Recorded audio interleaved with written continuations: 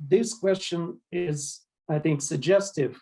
It implies that political philosophy might learn some lessons from the current pandemic. And I will focus on one such lesson that I believe political philosophy should learn. I will argue that this pandemic is to be treated as a precedent-setting event that we cannot ignore when we define the limits of reasonable pluralism in democratic deliberation. Namely, the pandemic, I will argue, shows that certain arguments ought to be excluded from the balance of reasons on the grounds of which coercive state policies can be enacted in a liberal democracy. Hardly anyone would disagree that the current pandemic is politically significant. Now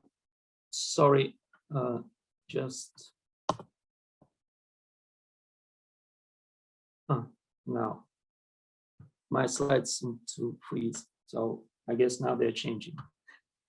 So hardly anyone would disagree that this pandemic is politically significant because in order to mitigate the spread of the coronavirus, the governments imposed lockdowns that severely restricted individual freedoms for millions of people.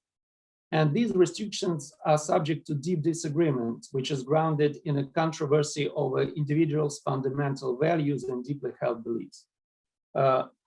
Just consider the two most basic arguments for and against lockdowns. Those who support lockdowns argue that they are necessary in order to defend lives. If we do not lock down, hospitals become overwhelmed, and those people who could get their proper medical health and survive and be well just are no longer with us. Those who oppose lockdowns argue that these measures violate citizens' human dignity. I think these statements need some clarification, and the best way to do it is to offer you some powerful quotes. For example, in March 2020, an editor of an American Catholic journal, First Things, Russell Reno, wrote, I quote, "Everything for the sake of physical life? What about justice, beauty, and honor? There are many things more precious than life. And yet we have been whipped into such a frenzy in New York that most family members will forego visiting sick parents. Clergy won't visit the sick or console those who mourn. The Eucharist itself is now subordinated to the false god of saving lives." And then he continued, "Alexander Solzhenitsyn resolutely rejected the materialist principle of survival at any price. It strips us of our humanity." And attention, this holds true for a judgment about the fate of others as much as it does for ourselves. We must reject the specious moralism that places fear of death at the center of life. From a more secular perspective, Italian philosopher Giorgio Agamben argues that the government's response to the COVID pandemic is symptomatic of a large-scale socio-political transformation. And I quote, "This transformation we are witnessing today operates through the introduction of a sanitation terror and a religion of health. What in the tradition of bourgeois democracy used to be the right to health became seemingly without anyone noticing a juridical religious obligation that must be fulfilled at any cost." And he continues arguing that, as he calls it, the religious apparatus of science, digital mass surveillance, and social distancing are the essential components of what he calls biosecurity.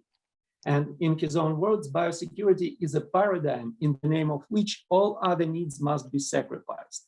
It is legitimate to ask if such a society can still define itself as human, or if the loss of sensible relationship, of the faith, of friendship, of love, can truly be compensated for by an abstract and presumably absolutely fictitious health security. Now, what would be the right political solution to this controversy? A simple democratic answer is to vote and to do as the majority decides. But the problem, I think, is that the stakes are too high here. We have to choose between sacrificing lives and sacrificing dignity.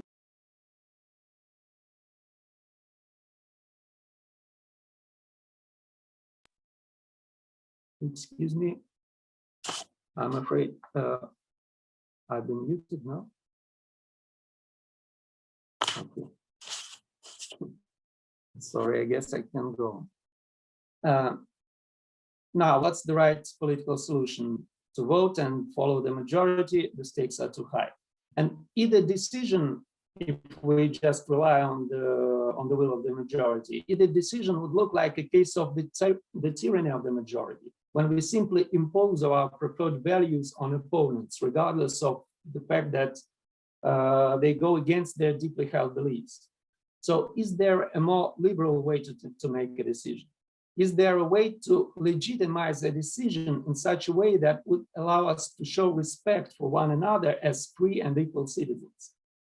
And here public reason liberals enter the scene and argue that the coercive state policies are legitimate only if they are consistent not just with the will of the people, but also with public reason. To put it in a slogan, state coercion is legitimate only if it is publicly justified.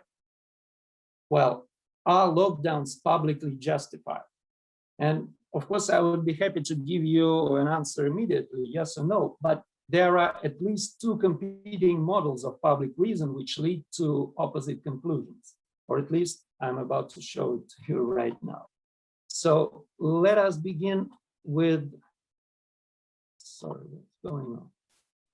With my slides. Let us begin with the so-called convergence model of public reason, which was the most detailed account of this model is given by Gerald Gauss.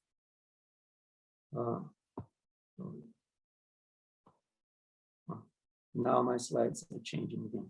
So on the convergence model, a policy is publicly justified if and only if each citizen has a sufficient reason to accept it. And apparently this sets an extremely high bar for public justification. It seems that hardly any particular policy can be publicly justified given the diversity of our opinion on almost everything.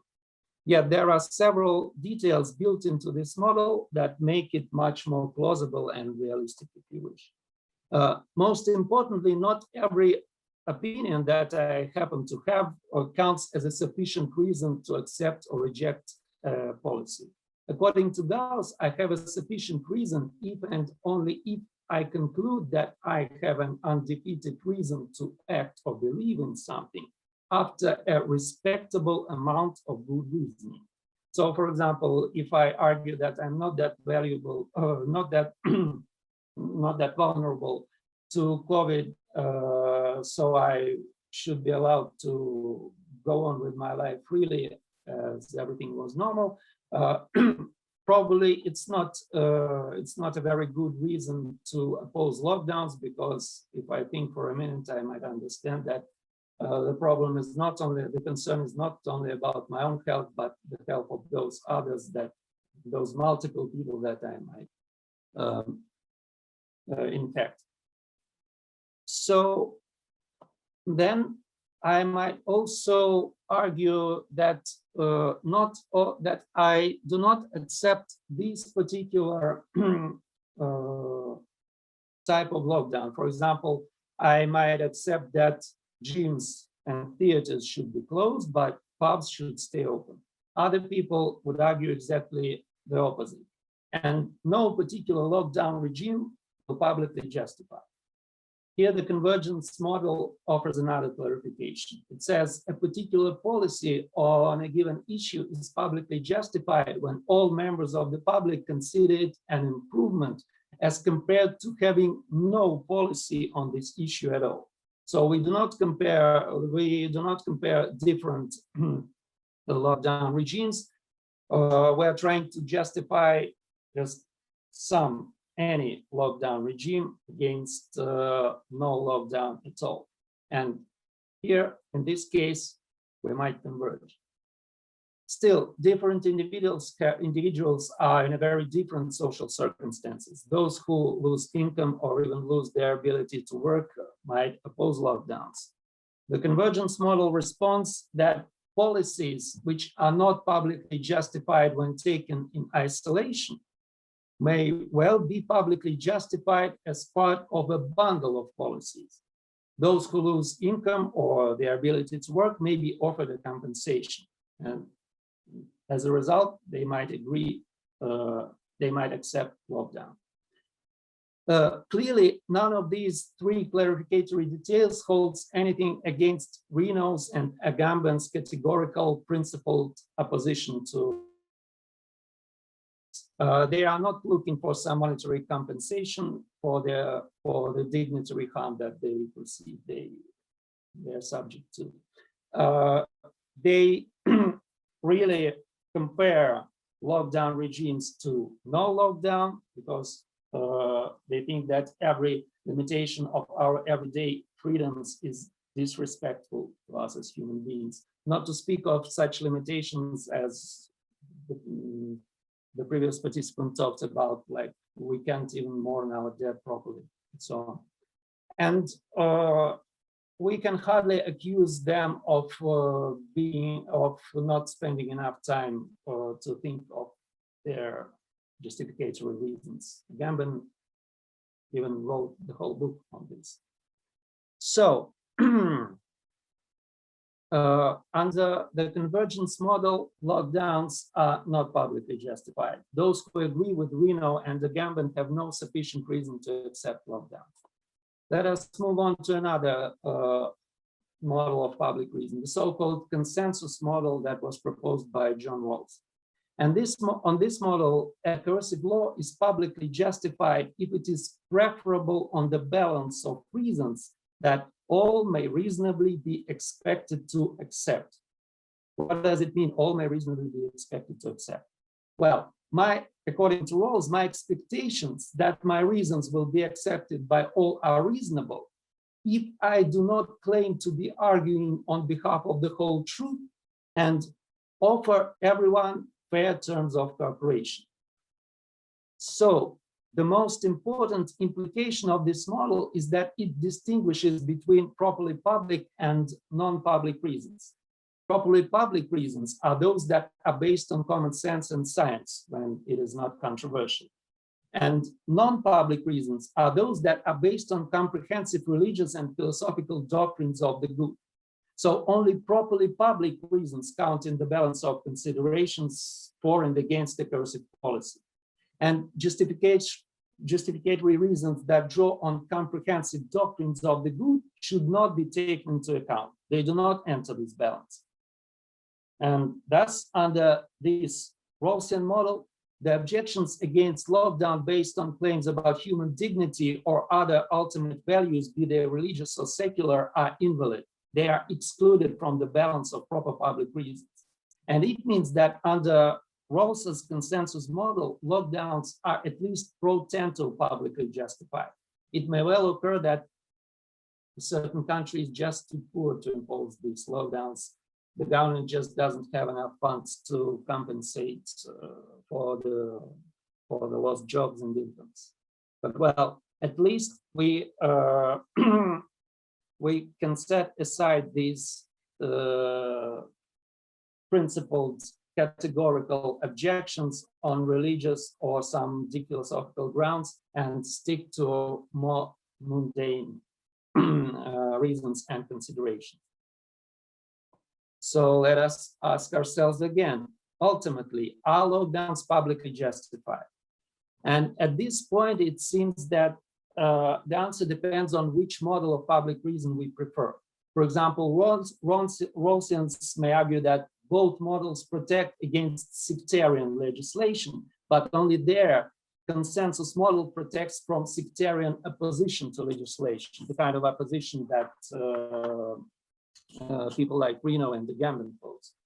And their opponents would argue that this protection against sectarianism is too costly. It burns the moral integrity of everyone who has some deeply held moral, religious, philosophical beliefs. It restricts the diversity of views that have a chance of influencing political decisions and so on.